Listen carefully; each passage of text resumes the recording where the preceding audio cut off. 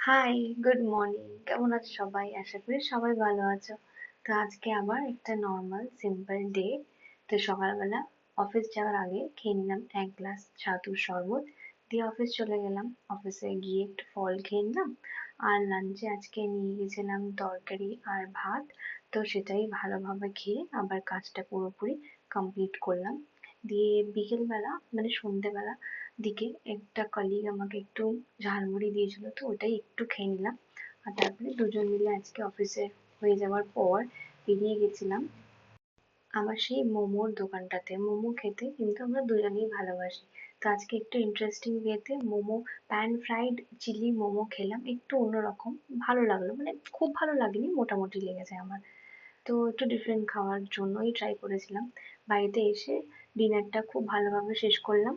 মা বানিয়েছিল চিংড়ি মাছের মাথা বাটা, আর ডাল ভাজা আর একটা মাছের ঝোল।